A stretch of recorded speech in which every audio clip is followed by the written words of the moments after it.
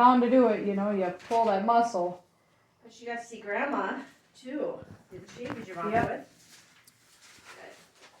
And I mean, it was chilly out yesterday too, so I mean, all that weather effect didn't help. Yeah. The weather change can do damage to the muscles without you even noticing it. It could have been excitement to see a mom and dad. They had to give her some ibuprofen, Tylenol, and an ice pack. So you guys ready for the team meeting today? Maybe. I think it'll go good. My role of going is I'll just go over the data that. Do you know what time that starts? It's on my calendar at home. No, it doesn't start for them at 1:15. It's us for travel, 1:15. Oh, It's at 1:30.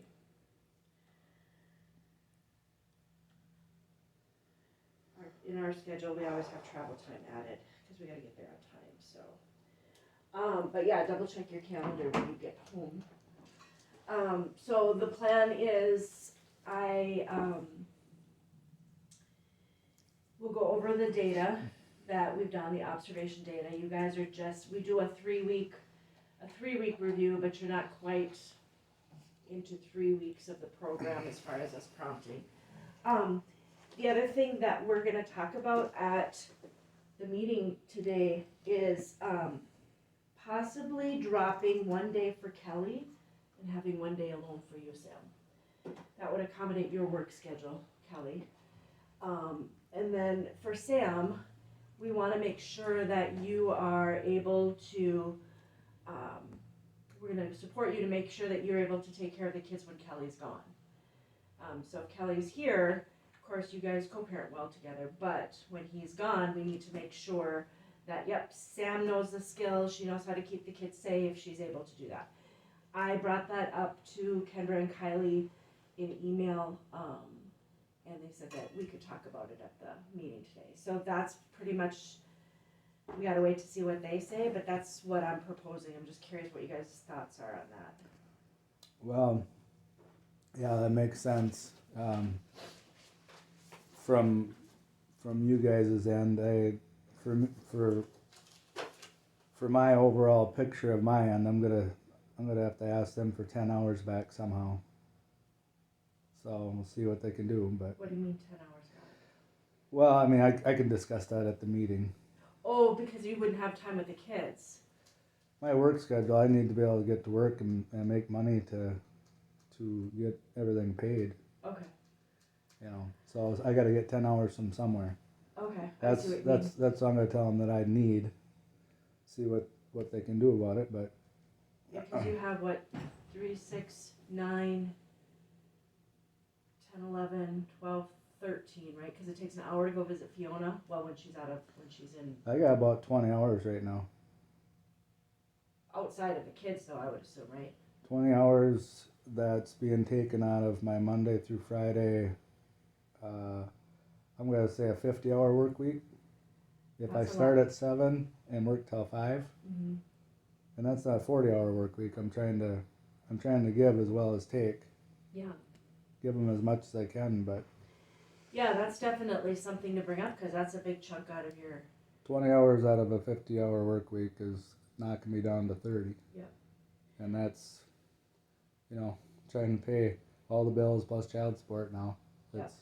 I can let you know that I will not recommend that you do not participate in the program here, just for the fact that if you don't participate, the county is, we're seeing, our goal is reunification with both of you, right?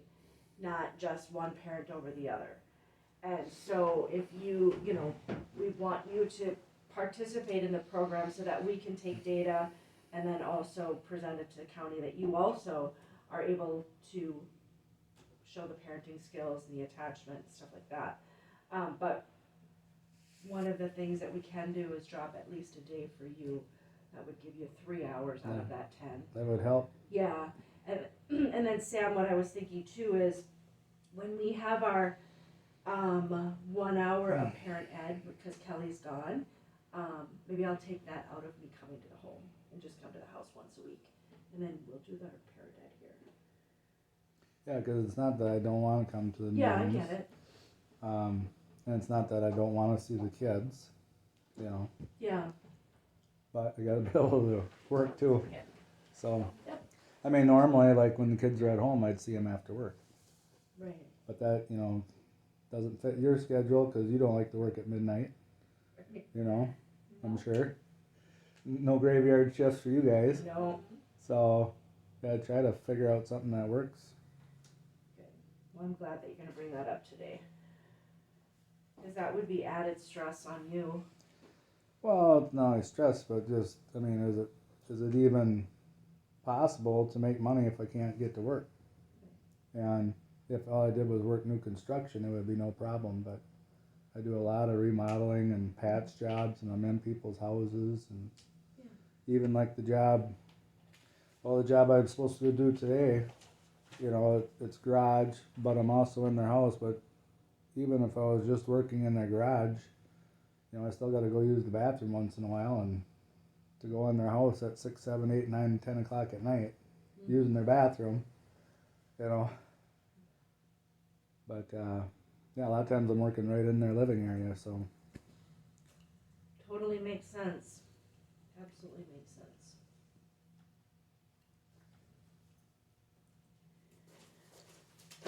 And I had given you guys a copy of the graph data, but just to review what I'll be going over today, so there's no surprises.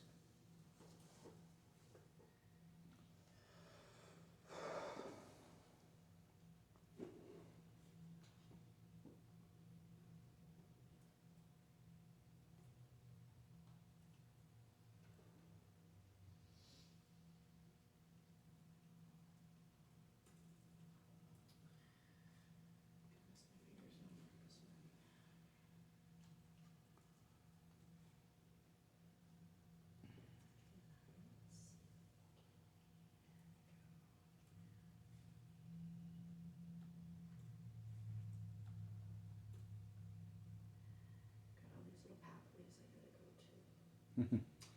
All right, so starting with you, Sam. And actually, if you guys want a copy of this, it's just a. It says that what days our observations were, and that Sam, you did arrive on time, and that we only prompted for safety concerns. And I listed the definitions, like what we were looking for. Sam, I'll let the team know that your observed positive attachment strength is in the area of positive verbal, which is the I love yous, praises, positive talk, engagement in conversation, reflection to the children. I put Samantha told Johnny and Tiffany how much she loved and missed them. She often referred to them as Mama's girl and Mama's big boy. Those were things that I heard you. You were very high. That was a definite strength. Because I want you guys to know that when you come in, I'm not just looking at things that are challenging. I also want you guys to recognize your strengths. You know, you definitely have some strengths as parents.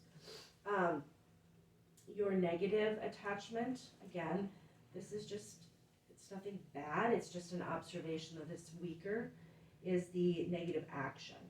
That you have the highest count in that during observation, and that is the, if you fail to engage, like playing, not meeting basic need, so stuff like that. It was observed during observations Samantha oftentimes failed to engage with the children, failed to keep Johnny safe when he was banging his head on the floor and not meeting a basic need in a timely manner, changing wet diapers, after the children had informed that they were wet. Now, this is not a general overall, we see this every session, it just happened to be those instances, okay? Your strength and skills was redirection. You actually were higher, double that, in follow through multitask. And that is redirecting from a negative behavior or action to something more positive. Maybe it might be correctly appropriating a behavior or safety concern without us prompting. And I wrote, Sam was able to redirect both children, however, noticeably more with Johnny to an activity to distract him from emotional outbursts. So when you could tell when he was starting to get upset. And with that redirection for both of you, when you start seeing that happening and maybe you redirect them from a safe thing or maybe a big feeling that they're having also including that in your attachment. You're meeting their basic needs. They're telling you, I need something. I'm feeling horrible or I'm feeling upset. The negative skills or the skills that we noticed would need more attention was correcting those safety concerns. That ranked highest. It was averaged in a 2-hour session. At that time we're averaging 6 safety concerns in a controlled environment. And then the prompting that we needed to do as staff was just again safety, intervention between aggression of the kids, climbing, running, Johnny hitting his head on the floor. He hasn't done that since. Just did that one day. There was 2. Was it 2 He hit days? his head on the floor and then he was hitting his head on the wall. Oh, okay. Children standing on chairs.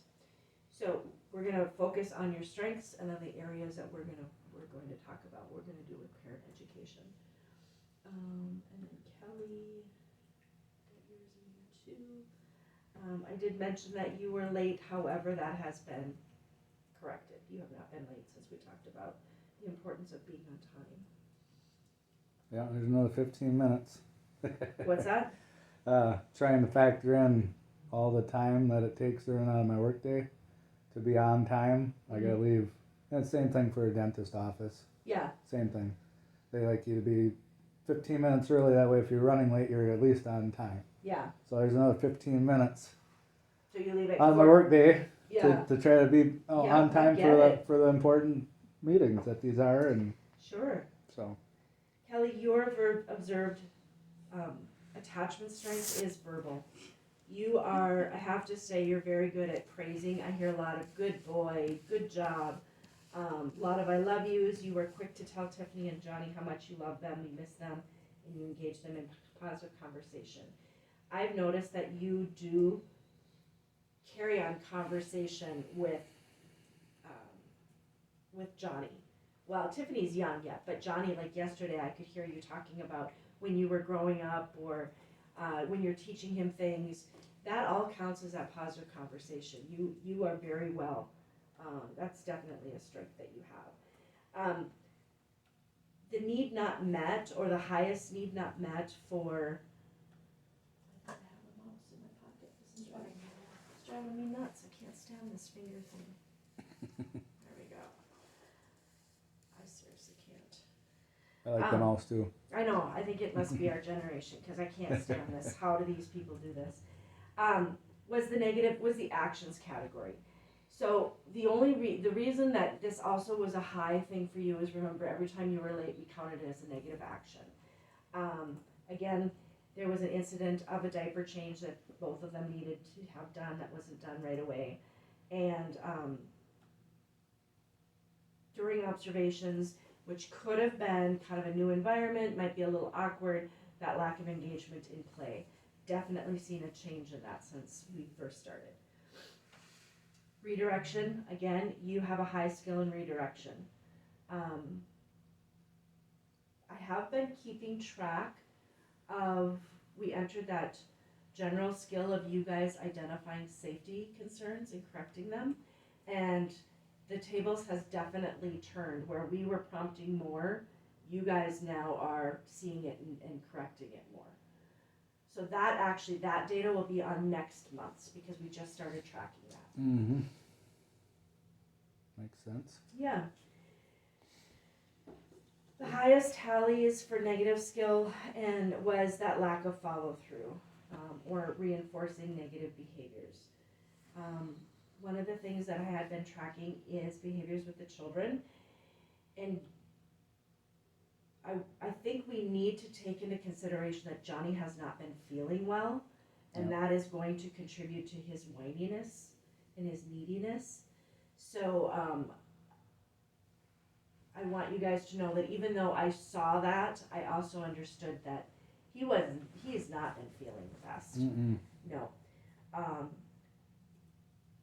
Well, Tiffany too, she just went through a big, you know, Yeah. I think she's I mean, coming when you're out not of it feeling now. well, you're just not feeling well. No.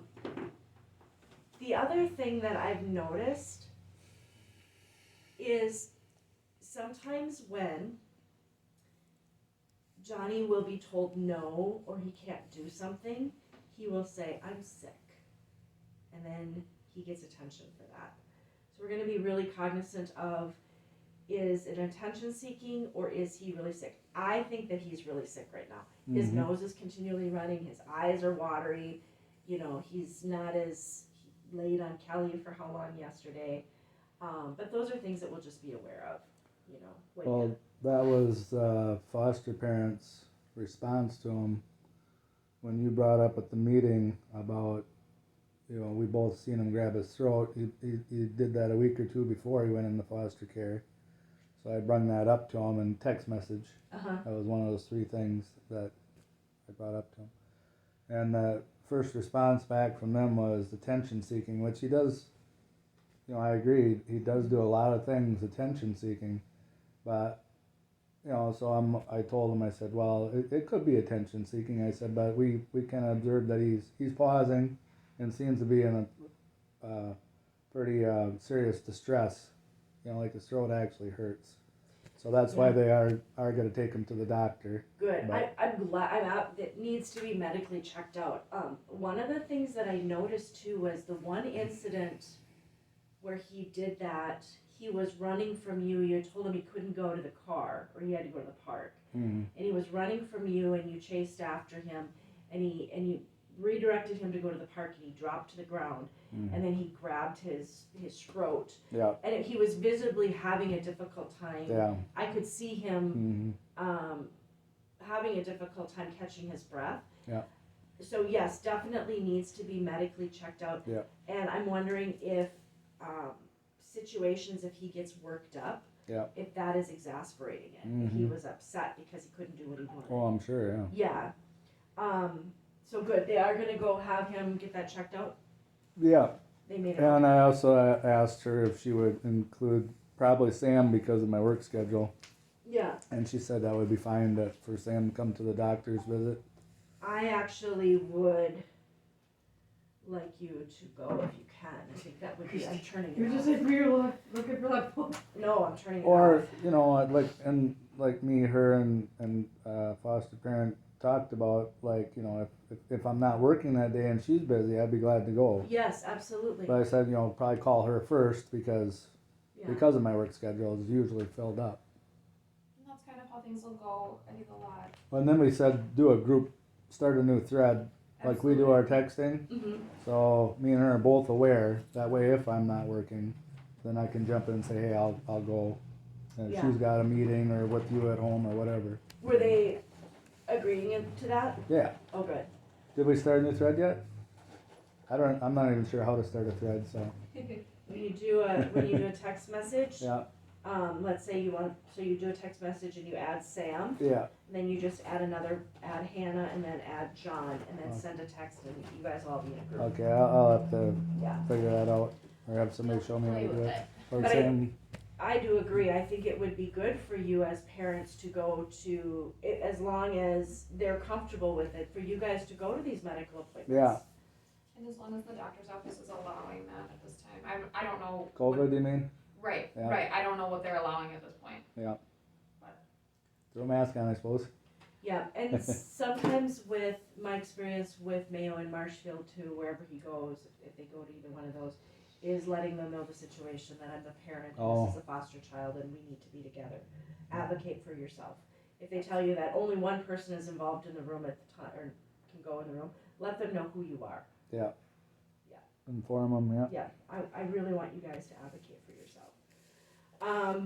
Then I will let so Parent Ed began on the 20th of September.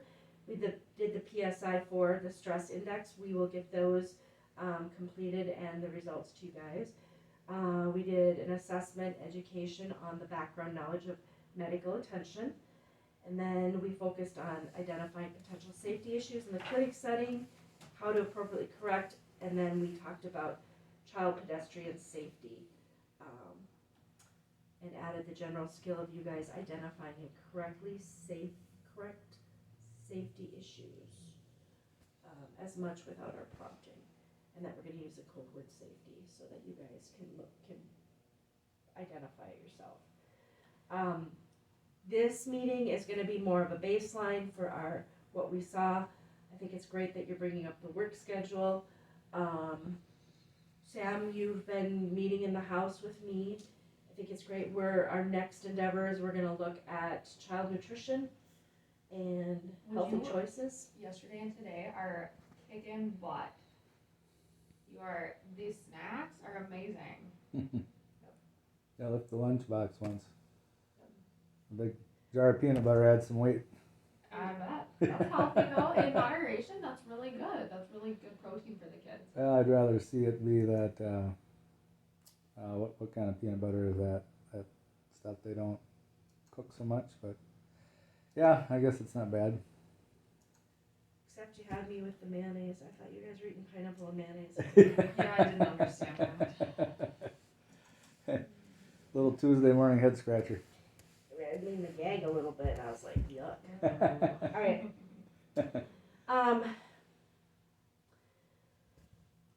One of the things that I really want us to learn with our parent ed time is what we call attachment. Oftentimes, we as parents think attachment has everything to do with how much we love our children. But actually, when our babies are born, it has nothing to do with love. There's a reptilian part of our brain that puts us on survival mode. We need to be fed, kept warm, kept dry, be safe. And so attachment at a very early age will shape our attachment with other people when we're adults. And depending on what kind of childhood we had will depend on how we attach to others or have a relationship with others as adults. Some of us had really great secure attachment. We had parents that were there, parents that provided basic needs, kept us safe, let us know we were loved. Some of us were not as fortunate, and we had to learn certain ways to survive. What I wanted to do, and I know that videos work really well.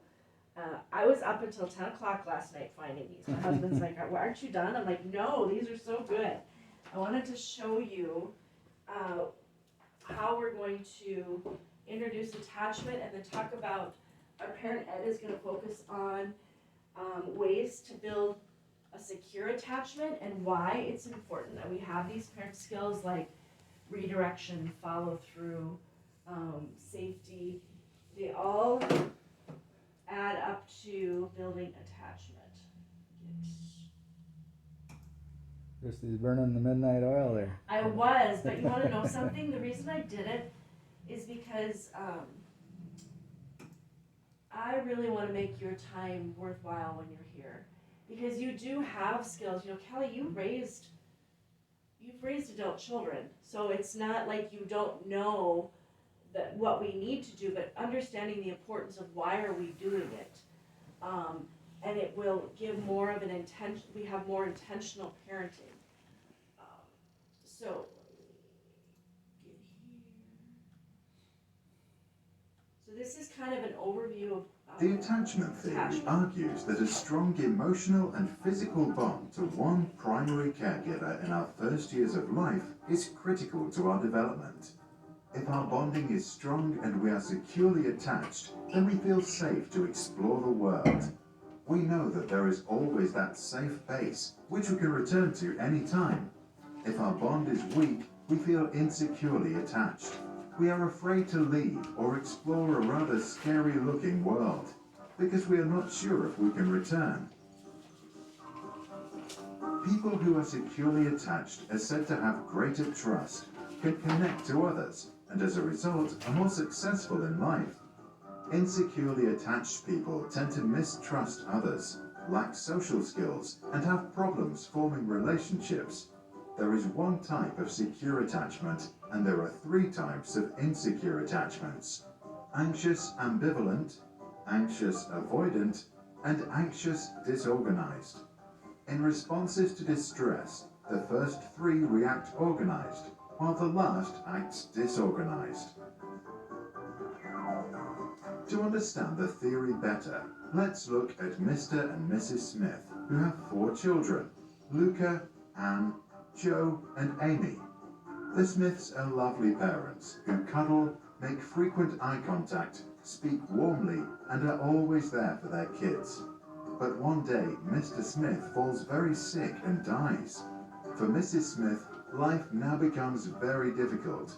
She spends all day working, while at the same time trying to care for her children. An impossible task.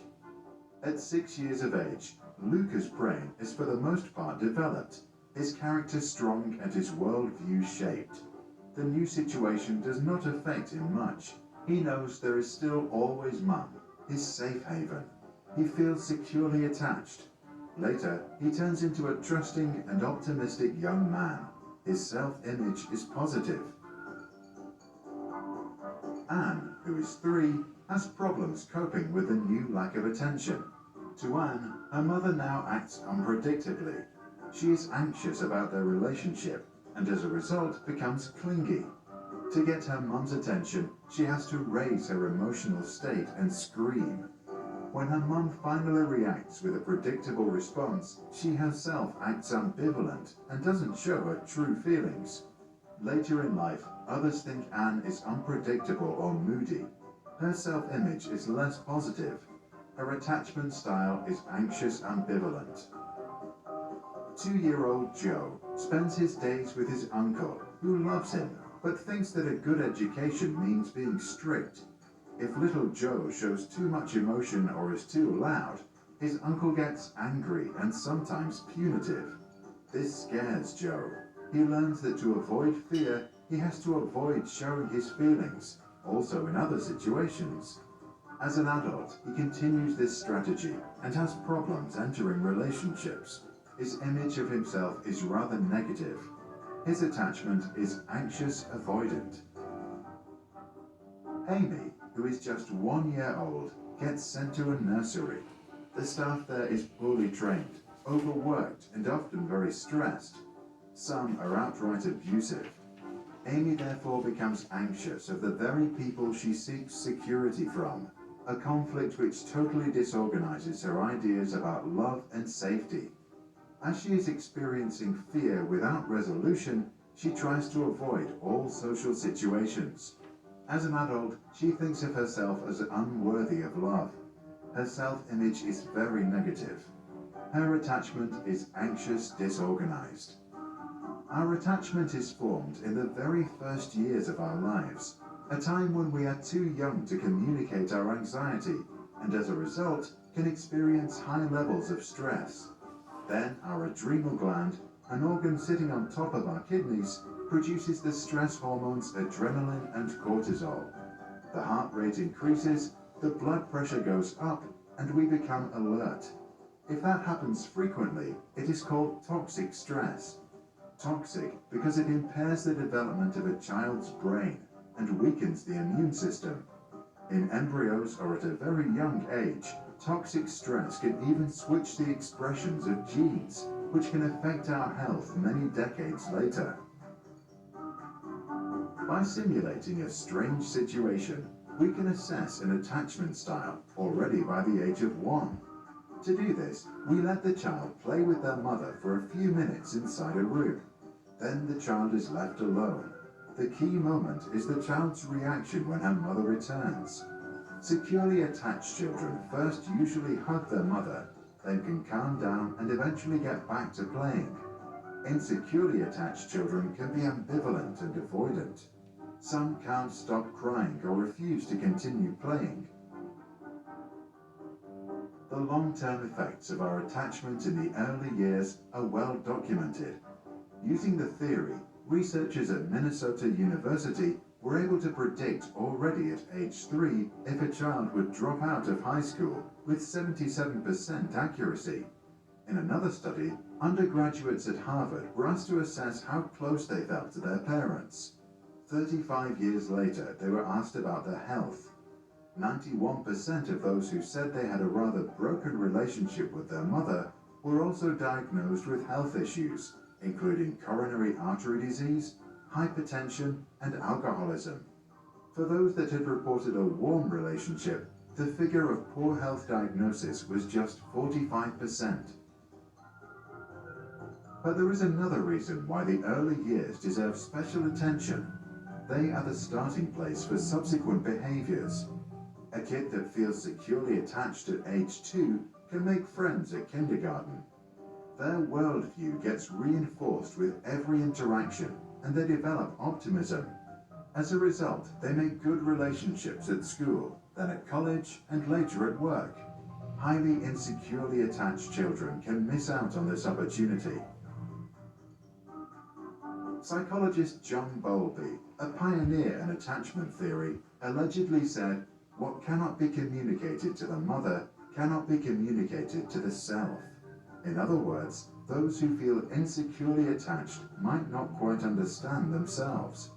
To get to know who they are and what they feel, they might have to go way back in time.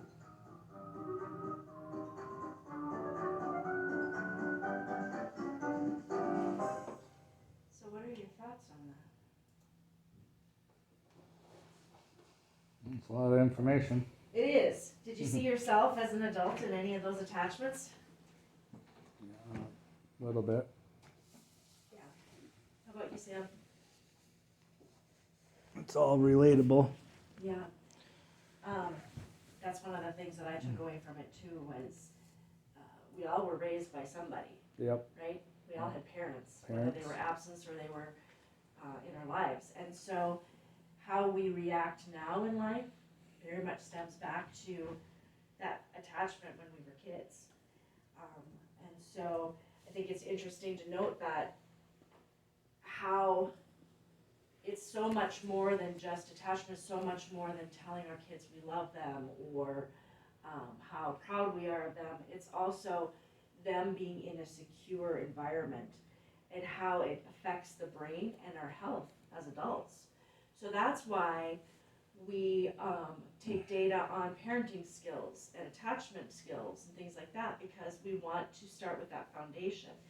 Your children have gone through something that could be traumatic to some children.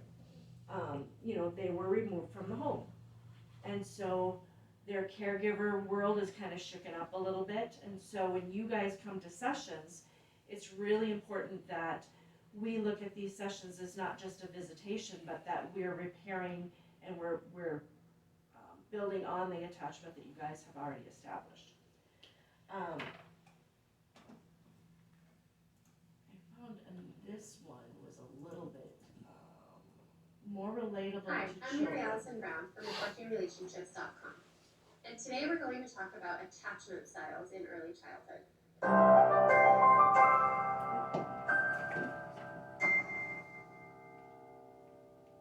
Okay, today we're going to talk about attachment styles. Most people have heard about attachment in one form or another, but aren't really quite clear on what exactly attachment is. So let's start by talking about our attachment system. What is the function of a child attachment system? It actually has nothing to do with love, which most people think of when they think of attachment. It has everything to do with survival. When a newborn baby is born, the only part of their brain that is fully developed is the lower part of their brain, or what's commonly called the reptilian brain. So that's the part of the brain that manages all of the things that a newborn baby can do. So it has to do with eating and sleeping and breathing, going to the bathroom, crying. All of those things are controlled by the reptilian brain. So that is mature when a newborn baby is born. The rest of the brain isn't. So the brain's primary function at that point is to keep the baby alive. And in order to do so, the infant's strategy is to keep a caregiver in close proximity. So the attachment system is all organized around ensuring that a responsible caregiver is close enough to keep baby safe and alive. So the way that an adult cares for a child leads to the way in which the child becomes attached to that adult. There are different types of attachment styles, so that's what we're going to talk about in this video. The first one, which is what we would hope for all children, is a child who has a secure attachment. Most children do have a secure attachment. It's somewhere between 50 and 60% of children will be securely attached to a caregiver. So this is a healthy strategy. This is what we're hoping for. The next type of attachment style is called insecure. And insecure attachment is actually divided into two separate types of insecure attachment.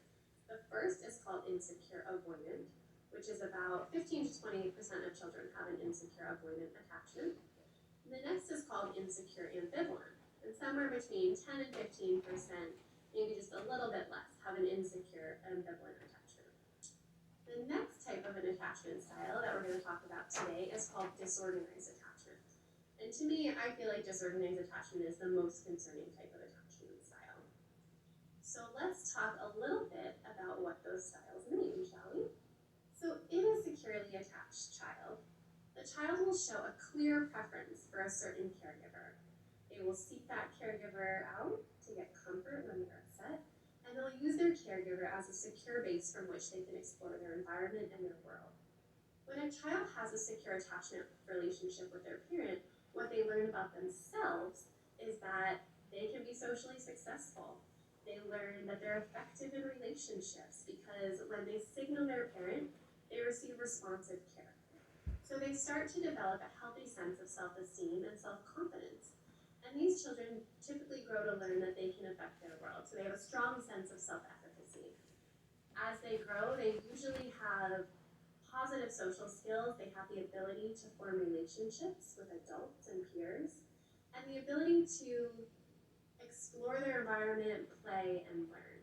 So like I said, this is the type of attachment style that we hope for all kids. So this usually happens when a parent is sensitively attuned and responsive to their child's cues. This doesn't mean getting it right all of the time, but it does mean that most of the time the parent sort of knows what's going on for the child and can meet those needs successfully. All right, now we're going to talk about insecure attachment. So the first type of insecure attachment is called insecure avoidant. In insecure avoidant attachment, the child learns that the best way that they can keep their caregiver close is by minimizing their expressions of distress. So think about a child you might have known who maybe appears a little bit older than they really are. They appear to be sort of precocious and very, very self-sufficient, very independent, more so than another child at their same age. This might be a child who has an insecure avoidant attachment. And this is a child who has learned that in order for their caregiver to be available, they just can't show any emotion. So they learn not to do that because when they show emotion, it decreases their caregiver's availability to them. And so in terms of survival, that's not safe for a developing brain to have a caregiver who's not available. So this child learns to keep their caregiver close. They have to minimize their expressions of distress. Sometimes insecure avoidant attachment develops when a caregiver is predictably hostile. So, for example, a caregiver who, when a child starts crying or showing distress, yells at the child or is angry that the child has this display of affect. So in those types of responses, you're likely to see an insecure avoidant attachment develop. So in later childhood, children with insecure avoidant attachment often have aggressive behavior. Sometimes they end up engaging in bullying behavior. And they have really built models of relationships in their brain that are based on power and aggression. Because the caregiver who was hostile has had the power. And so they learn that in other relationships, this is why bullying happens, they want to be the person in the position of power. So often their internal working models of relationships are based on those ideas about power and aggression. And the next type of insecure attachment is called insecure ambivalent attachment. And an insecure ambivalent attached child, you're going to see the exact opposite. So you're going to see a child here who maximizes expressions of distress. So an insecure ambivalent attachment, the child has learned that when they are really loud and really, really emotional and they have these big displays of emotion, their caregiver, for whatever reason, becomes more available to them. So they organize a strategy to keep their caregiver close by maximizing their expressions of distress. These are kids that you can think of probably typically as being drama queens or over emotional. So these are the kind of kids that just every little thing sets them off. Big tantrums, big emotion, and a really poor ability to regulate those emotions. So a lot of the time, an insecure ambivalent attachment will develop when the caregiver is unpredictable and also insensitive to the child's cues. So that means that the child will cue for something and the parent misreads it. There's a lack of synchrony between the cue and the response, and this can result in a child who goes over the top to get their parent's attention. So they organize a strategy in their brain around how to keep their caregiver close that has to do with being really dramatic and really big expressions of distress. And then the final type of attachment that we're going to talk about today is called disorganized attachment. So in secure and insecure attachment, in both types of attachment, the child has an organized strategy to keep their caregiver close. That's called proximity maintenance. So they have figured out what works best for them with their parent to keep their parent close to increase their chances of survival. Now in disorganized attachment, the child doesn't have a strategy. So that's where it's most concerning. So sometimes this happens when the caregiver has been completely unpredictable. When the parents have been abusive to the child, this disorganized attachment will also often develop because the attachment system tells the child keep the parent close. When the parent is close, if the parent is abusive, the child's brain is going danger, danger, danger, this is not safe, and pushing away. And so they don't know what to do. They don't know how to organize a strategy because if I keep my parent close, then they're also the source of my distress. And so their brain just cannot organize one way that will work for that child. So often in kids with disorganized attachment, what you're going to see in their relationships with other people is that push and pull. So it's very back and forth. So these are the kiddos who will be really clingy and really close and really want their parent or their caregiver, and then they will be mean and rough and push you away. And so they just don't know what they want. They can't organize a strategy. They want their caregiver close. Even if it's a different caregiver, their brain signals danger. They don't know what to do. So this often happens in kids who have been through multiple changes in caregivers, whether it's through the foster care system or through just bouncing from family member to family member. When the caregivers have all been different, this disorganized attachment is likely to develop. So hopefully this video sheds a little light onto the different attachment styles that children have and maybe has helped you to make some sense of some behavior for a child that you know. If you've enjoyed this video, I'd be honored if you'd share it with a friend. I think it's... Okay, so again, that's a lot of information, but it gives a background of why we take data and why we are going to focus on skills to foster a secure attachment with Tiffany and John.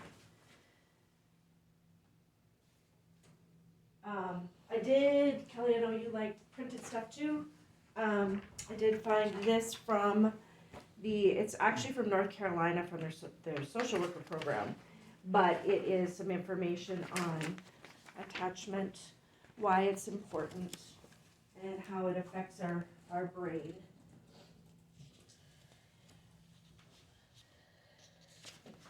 Sam, what do you think about all this stuff?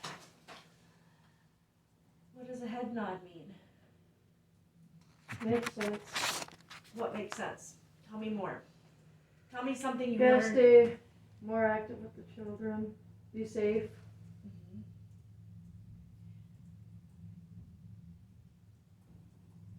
I think it's interesting that, we talked about before the first 3 years of life, how fast we learn, but how our brain is it's not completely developed when they're born, other than that survival technique or what they need to do to survive. So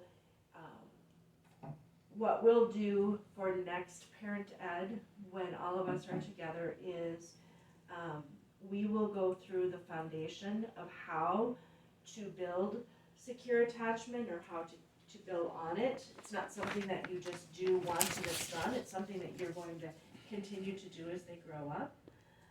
And look at some of the skills of follow through, multitasking, house rules, like why are these all important? And I don't know if you would like a copy of it before so you can take a look at it, or if you want to just do it. Are you much on homework? Okay. Neither am I, Sam. Unless it's 10 o'clock at night and I'm thinking about you Last guys. night. That I wanted to make sure that you have this.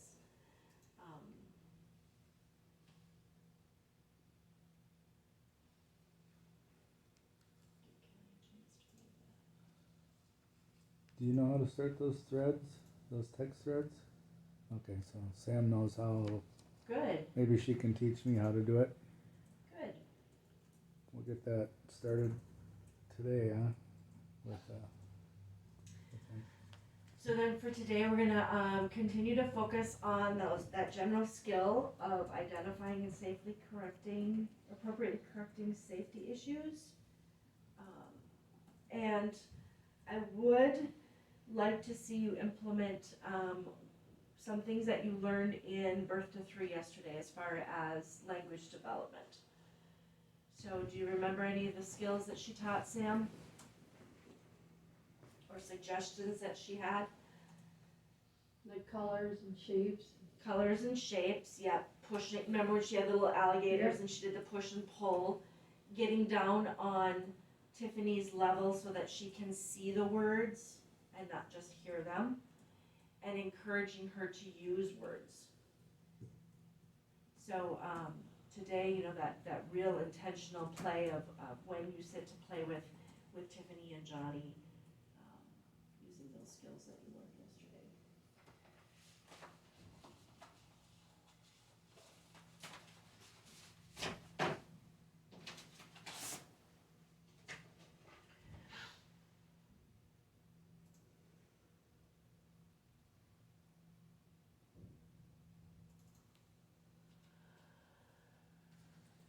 Well, that's all I have. I'm going to give you guys a breather before we start our session with the kids.